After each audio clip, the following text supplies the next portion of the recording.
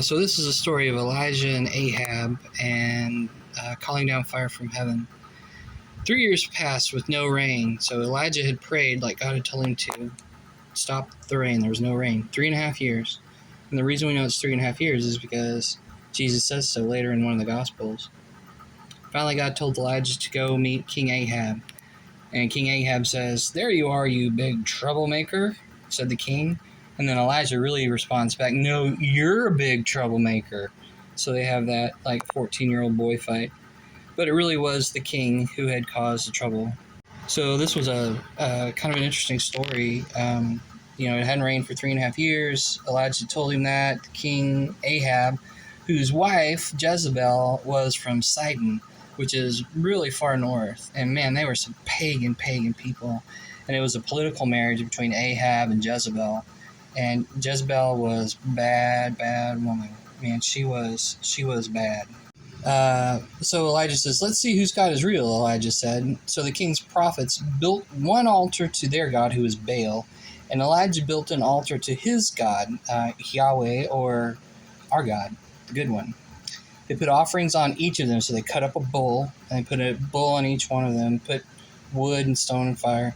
Then they prayed and waited to see whose God would answer their prayers by sending fire to burn up the sacrifice. So the big boy story of this is that the prophets of Baal and Asherah, who were kind of married gods, you could say. It was kind of, Asherah was Baal's sidekick.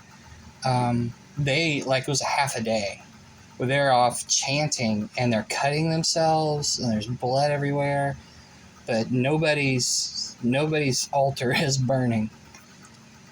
So Elijah says, this is what's real funny, is he goes, "Where's your God?" Is he going to the bathroom? Somebody better wake him up. I mean, he really says something like that. And then he, not only does he say, "Hey, cut the bull up around," but pour water on it so that it's pooling up, so that the wood can't burn. So he's removing anything human from it. And I think on the next page we find out more.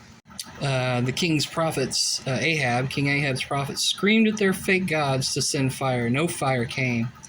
And Elijah teased, "Pray louder." And they did. Like I said, he says actually he's going to the bathroom. But nothing happened. When they stopped, Elijah had water poured over everything on the altar he'd built. Then he prayed to God in heaven to send fire. And then it was just pyromania, man. Fire came down. It burned up the offering, the stones, and the water. Then the people knew Elijah's God was the most powerful.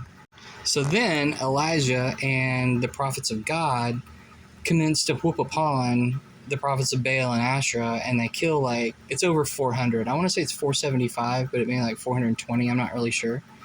But the amazing thing is on the next page, is that you would think Elijah would be like, "Ha, my God wins, you're bad, gonna get you."